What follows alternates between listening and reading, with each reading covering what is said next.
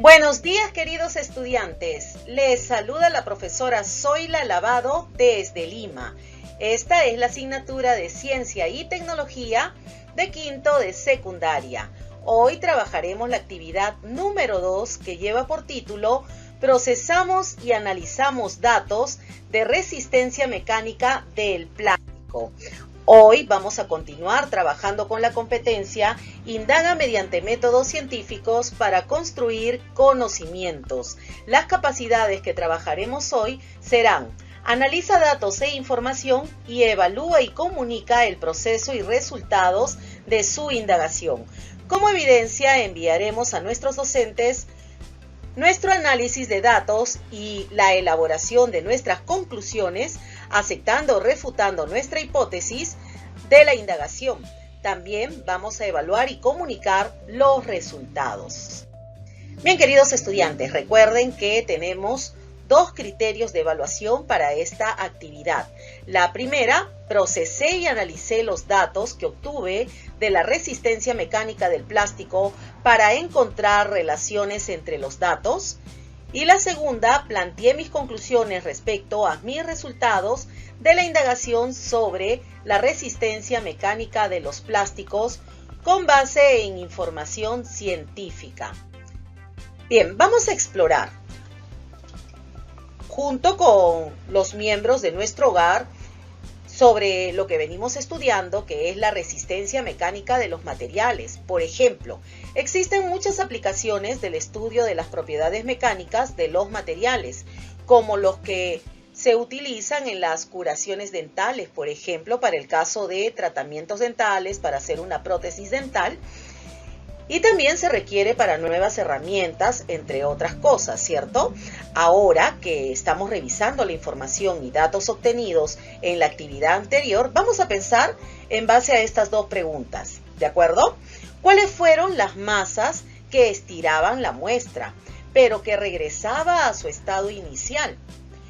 ¿Cuál fue la masa que generó un estiramiento, pero hizo al plástico más resistente y no regresó a su estado inicial? Es decir, no se llegó a deformar. Recuerda que estuvimos trabajando con tres muestras. Una de ellas fue una botella plástica que es envase de agua mineral. La segunda es un envase PET también, pero de botellas plásticas para gaseosas. Y el tercero era un envase de recipiente de lejía. Observamos nosotros que el envase de lejía era mucho más resistente que los envases PET de las botellas de gaseosa y la botella plástica de agua mineral, ¿cierto? Bien, chicos, entonces, ahora vamos a ver de qué se trata la elasticidad. Sabemos que cuando un objeto es sometido a fuerzas externas, sufre una serie de cambios en cuanto a su tamaño o a su forma. A veces, por ejemplo, algunas prendas que tienen elástico, cuando nosotros las estiramos demasiado, se deforman, ¿cierto? Bueno, puede que se dé, por ejemplo, la deformación en cuanto al tamaño o en cuanto a su forma. Si tenemos una liga, por ejemplo, y la estamos estirando, una onda, por ejemplo, siempre va a tener una tendencia a deformarse, ¿cierto? Tales cambios sabemos que dependen del arreglo de los átomos y de sus enlaces en el material.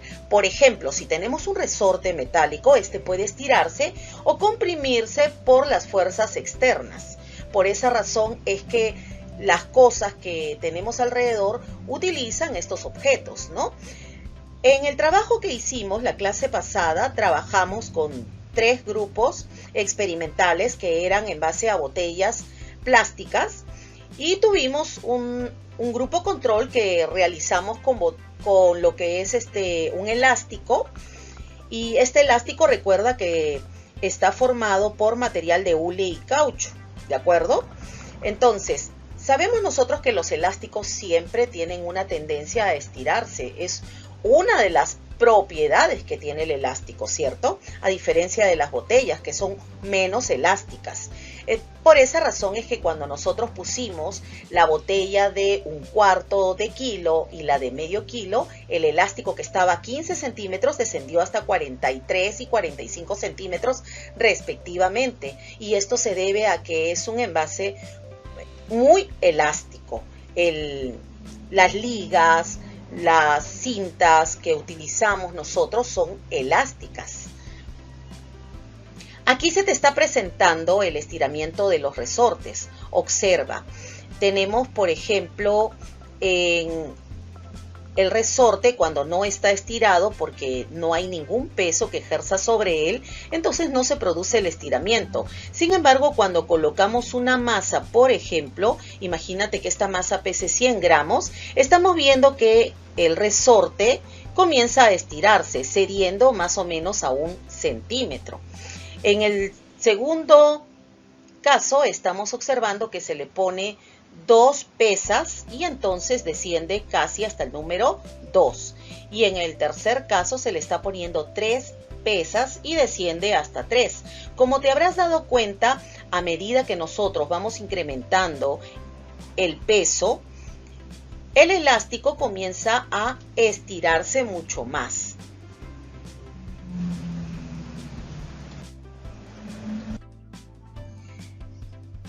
Bien, jóvenes, al colocar una pesa entonces en un resorte, este se va a estirar, ¿cierto?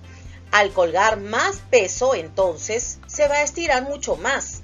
Si se quitan las pesas, el resorte regresa a su longitud original. Entonces, decimos que el resorte es elástico.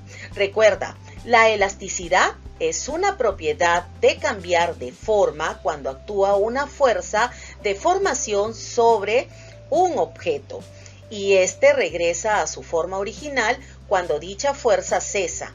No todos los materiales que tenemos en casa o que nos rodean son elásticos. No todos los materiales también van a regresar a su forma original. Por ejemplo, si nosotros tenemos estas botellas que son biodegradables, les ponemos un peso, estas se van a deformar. Igual las bolsas plásticas, ¿cierto? Las ligas que utilizamos, por ejemplo, para los empaques también se deforman. Y si a esto, por ejemplo, le añadimos otros factores como la temperatura, pueden modificar también su elasticidad y se pueden deformar, ¿cierto? Los materiales entonces que no regresan a su forma original después de haber sido deformados se llaman inelásticos. La arcilla, por ejemplo, la plastilina y la masa de repostería son materiales inelásticos.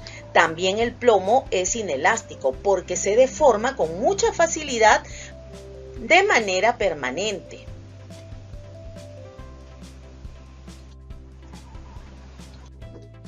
Bien, chicos, aquí les dejo un video sobre la ley de Hooke que es muy didáctico para ustedes si quieren investigar un poco más. Recuerda que dentro de la ley de Hooke se describe cómo un cuerpo se estira de forma proporcional a la fuerza que se ejerce en él.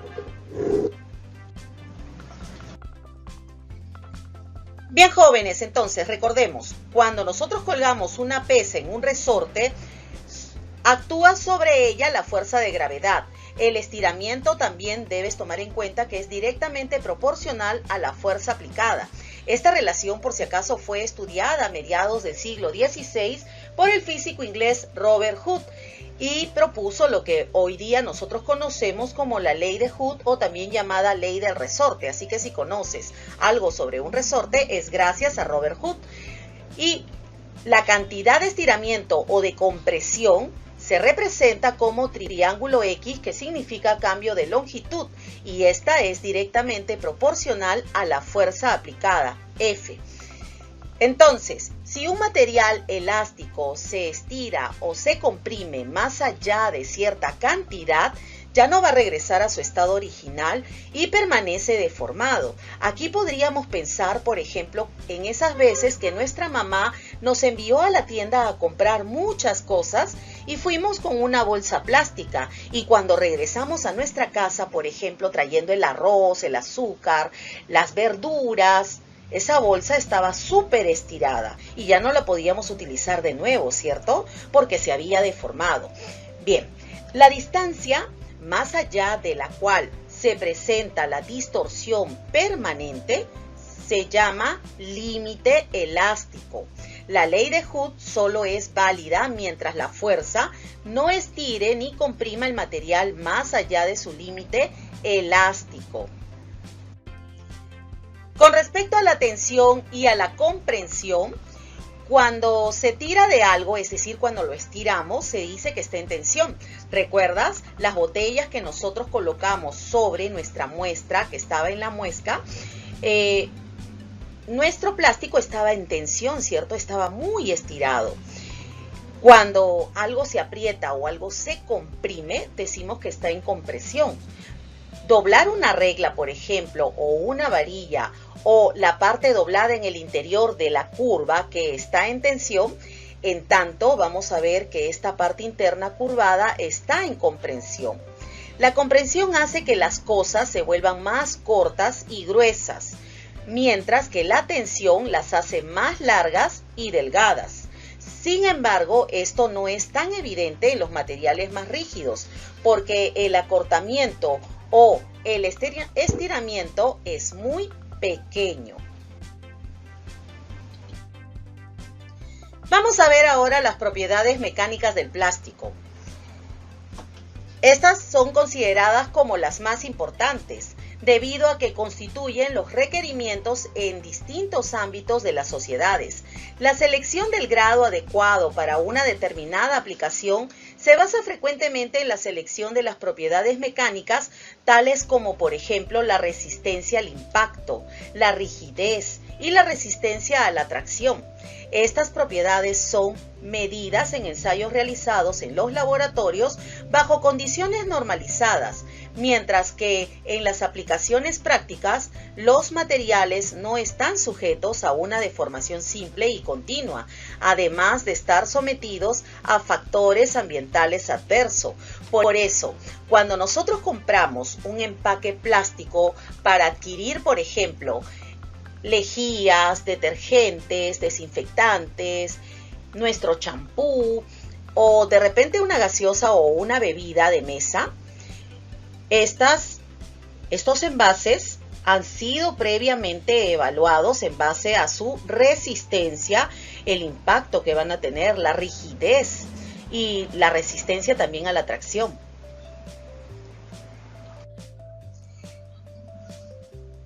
Se hace mención en la parte que se describe la relación de las propiedades mecánicas, también otro factor que es la temperatura y la velocidad de deformación. Muchas veces nosotros hemos notado que los envases plásticos, cuando están expuestos a temperaturas muy altas, por ejemplo en el verano, estas tienden a volverse un poco más blandas, ¿cierto?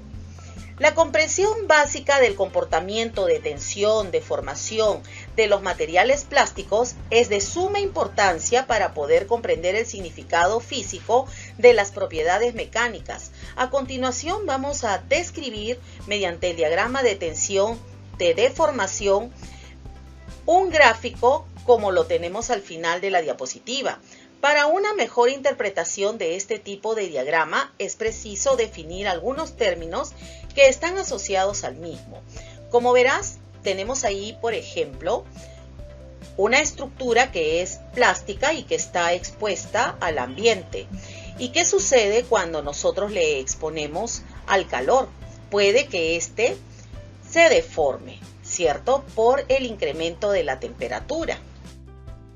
Entendemos por tensión a la fuerza aplicada para producir deformación en una determinada área.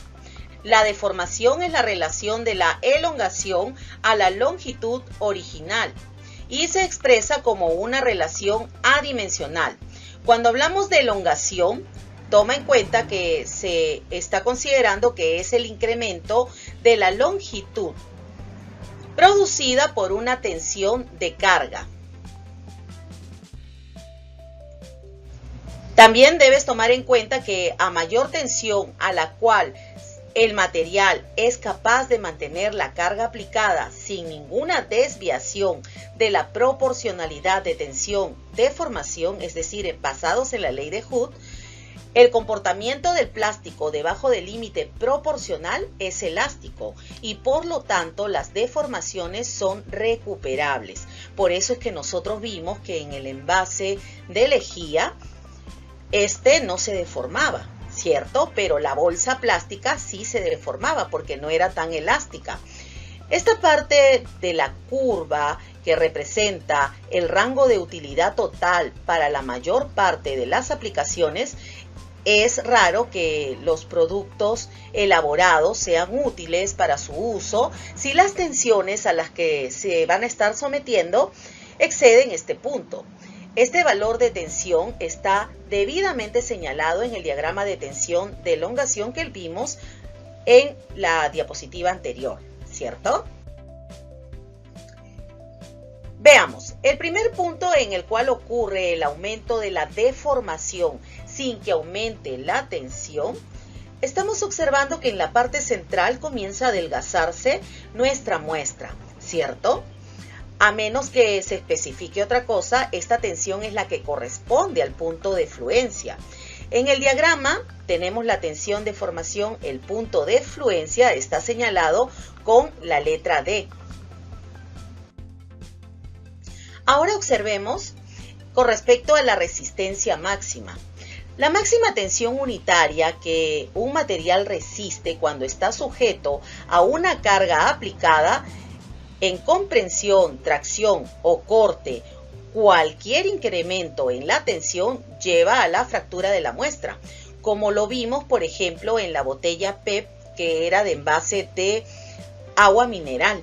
Cuando colocamos nosotros un peso de 2 kilos, ¿qué sucedió? Se rompió. ¿Recuerdas que se había estirado de 15, bajó hasta 16 y ese orificio pequeñito comenzó a ceder hasta que se rompió nuestra muestra de plástico? En el diagrama que estás observando aquí, estamos viendo que nuestro plástico se ha roto, ¿verdad? ¿Y dónde se rompió? En la parte central, ¿de acuerdo? Y esto le llamamos, hemos llegado pues a la resistencia máxima de nuestro plástico. Bien chicos, ahora nosotros vamos a iniciar una práctica con el simulador de masas y resortes. Aquí tú tienes el link donde puedes ingresar para poder hacer tus mediciones respectivas. En esta práctica recuerda que nosotros vamos a utilizar dos resortes. Tenemos un resorte que es más pequeño y el segundo que es más grande, como lo vemos en la imagen. Tienes unas pesas en la parte inferior, son las masas que vamos a poner a estudio, ¿de acuerdo? Y tenemos también una constante del resorte, tanto para la constante de resorte es tanto para el resorte número 1 como para el resorte número 2. Aquí nosotros podemos hacer una serie de cambios y hacer las observaciones pertinentes, ¿de acuerdo? Entonces te invito a que ingreses a esta página para que puedas realizar tus mediciones. Primero, te vas a plantear qué sucede, por ejemplo, cuando nosotros colocamos una pesa de 50 gramos en nuestro resorte número 1. ¿Qué sucederá? ¿Habrá un estiramiento? ¿Qué dicen ustedes, chicos? Sí, ¿verdad? ¿Y dónde habrá mayor estiramiento? ¿Cuando colocamos una pesa de 50 gramos o cuando colocamos una pesa de 250 gramos? Nuestra lógica nos dice que a mayor peso debe haber mayor longitud de estiramiento para nuestro resorte, ¿cierto? Entonces, ¿dónde va a haber mayor estiramiento? Se sobreentiende que es en el resorte número 2. Bien chicos, entonces ahora es momento de iniciar nuestra práctica con el simulador y recuerda que dentro de los objetivos para esta indagación debemos tomar en cuenta conocer el comportamiento elástico de algunos materiales y determinar los factores que determinan la elasticidad de un resorte. Como recurso vamos a utilizar el simulador de masas y resortes del proyecto FED de simulaciones interactivas de la Universidad de Colorado, que se encuentra en el siguiente link. ¿de acuerdo? Esto te invito a que revises. Y el procedimiento, vamos a tomar en cuenta que es importante familiarizarnos con las características de este simulador. Por eso es importante que primero explores cómo funciona este simulador. Vas a preparar soluciones con las diversas sustancias que se te van a solicitar, ¿de acuerdo? Toma en cuenta también que debes seleccionar determinada cantidad de masas para este experimento.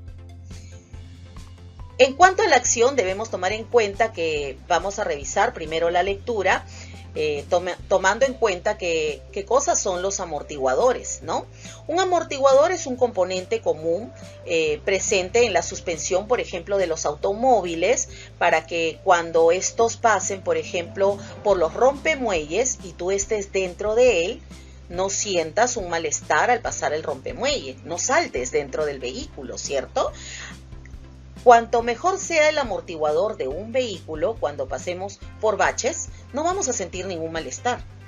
Ahora ya sabes por qué cuando subimos a un bus o a una combi, sentimos y saltamos en nuestra silla porque estos vehículos no tienen buenos amortiguadores, como los autos, ¿no? Bueno, pero no solamente los autos son los que tienen amortiguadores, también vamos a ver que las motocicletas, las bicicletas cuentan con estos amortiguadores. La función del amortiguador es básicamente controlar los movimientos de la suspensión, por ejemplo, cuando pasamos los muelles, ¿no? ¿Qué es lo que vamos a hacer aquí? Debemos trabajar con este simulador, ¿de acuerdo? ¿Y cómo lo vamos a hacer? Te sugiero que tomes en cuenta 3 masas. La masa de 50 gramos, de 100 gramos y de 250 gramos. El botón rojo, por si acaso, detiene la oscilación del resorte. Es el movimiento ascendente y descendente. Lo vamos a detener para poder medir cuánto ha estirado nuestro resorte. Y para eso necesitamos una regla. Ojo que en este simulador vas a encontrar también este instrumento para hacer la medición, para saber cuánto se ha estirado nuestro resorte. Luego cambia la constante del resorte a mediano y a grande. Ojo que aquí, ¿te acuerdas que observamos que teníamos una constante de inicio, una mediana y una grande? Vamos a cambiar la constante del resorte para ver si es que la elongación o el estiramiento del resorte varía o no, ¿de acuerdo? Te sugiero que trabajes con esta gráfica. Este cuadro te va a ayudar a poder colocar tus resultados cuando trabajas con el resorte pequeño, el mediano y el grande respectivamente, ¿no? Y con unas masas de medio kilo, un cuarto de kilo, como se te indicó al inicio. Luego, cuando nosotros tengamos ya todos estos datos, vamos a colocar en una hoja cuadriculada nuestras muestras respectivas, utilizando para la primera muestra el color rojo, la segunda el color verde y para la tercera muestra el color azul. ¿De acuerdo? Vamos a graficar los datos obtenidos con los resortes pequeño, mediano y grande respectivamente. Es importante también que en este proceso de recolección de datos realices las diferentes mediciones e incluyas también la información de la incertidumbre. Recuerda que la incertidumbre es importante conocerla. Esto no significa por si acaso que estás trabajando mal, sino que siempre debemos tomar en cuenta nuestro porcentaje de error, ¿de acuerdo? Para poder optimizar nuestro trabajo y saber que en toda medición siempre puede que tengamos un error, por ejemplo, de instrumento o de manipulación, o incluso la persona que está trabajando de repente está haciendo que se presente este error, ¿de acuerdo? Bueno, entonces aquí se te presenta el cuadro para que tú coloques las 3 muestras respectivas y coloques masas de diferentes pesos. Te sugiero trabajar en el simulador con los pesos de 50, 100, 250, 1 kilo y 1,5 kilos o 2 kilos, ¿de acuerdo? Y bueno, como se te dijo también, luego de tener todos estos resultados, debes hacer tu gráfica, tu diagrama, para poder especificar y ver pues dónde se produce mayor estiramiento. Se sobreentiende que si yo, por ejemplo, tengo una pesa de 2 kilos, es ahí donde voy a notar que el resorte va a estirarse muchísimo más. ¿Por qué razón? Porque hemos dicho que según la ley de Hooke, el cuerpo se estira de forma proporcional a la fuerza que se ejerce en él. Entonces, a mayor fuerza, se sobreentiende que hay mayor estiramiento. Bueno, y después de haber realizado todo esto, vamos a reflexionar bajo estas preguntas. ¿Qué tipo de relación hemos observado? ¿Cómo es posible que la muestra presente estiramiento y regrese a su estado inicial? ¿Cuál es la masa que genera una deformación definitiva? ¿En cuál de las muestras no regresa a su posición inicial? Como verás, a continuación sigue el mismo procedimiento descrito anteriormente, la gráfica de datos obtenidos con una segunda y tercera muestra. Vas a trabajar lo mismo que hiciste en la primera y segunda muestra, ¿de acuerdo? Pero vamos a utilizar colores diferentes, como se te mencionó hace un momento. Bien, chicos, y para poder cerrar nuestras conclusiones, debemos elaborarlas en base a nuestra indagación. Toma en cuenta la pregunta de indagación que hiciste y la hipótesis que has propuesto. También debes indicar si tu hipótesis fue afirmada o fue rechazada. También debes tomar en cuenta cómo afecta la resistencia mecánica de los plásticos a los ecosistemas y a la salud humana. Recuerda que los plásticos han sido elaborados para que sean resistentes. Entonces, aquí tendrías que mencionar algo referente al tiempo que demora en degradarse un plástico si está relacionado con su capacidad de estiramiento o de resistencia o de deformación, ¿cierto? Después debemos tomar en cuenta cuáles son las consecuencias de que el plástico presente determinada resistencia a que se deforme fácilmente y qué consecuencias produce para el ambiente. También debes tomar en cuenta si crees que estas propiedades favorecen a la permanencia del plástico en el ambiente y qué tan perjudicial puede ser para los animales, sobre todo para los ecosistemas acuáticos, ¿no? Que día a día vemos que prácticamente se están formando islas con plástico que nosotros desechamos diariamente de los empaques de comida, de las bolsas que utilizamos diariamente, de los empaques plásticos, ¿cierto? Y ahora que estamos en pandemia, le estamos agregando más plásticos porque todo lo que nosotros vamos a adquirir, estamos utilizando bolsas plásticas. También debes tomar en cuenta, ojo, ¿qué podemos hacer para cambiar estos tipos de empaques en los alimentos? Si es que vamos a seguir utilizando envases plásticos que son tan nocivos para nuestros ecosistemas. Bien, chicos, y finalmente, cuando hayamos terminado de elaborar nuestras conclusiones y también comuniquemos nuestros resultados a nuestros familiares y a la comunidad, recuerda que debes evaluarte bajo estos criterios de evaluación, indicando si tuviste logros o estás en proceso de lograrlo y qué puedes hacer para mejorar tus aprendizajes.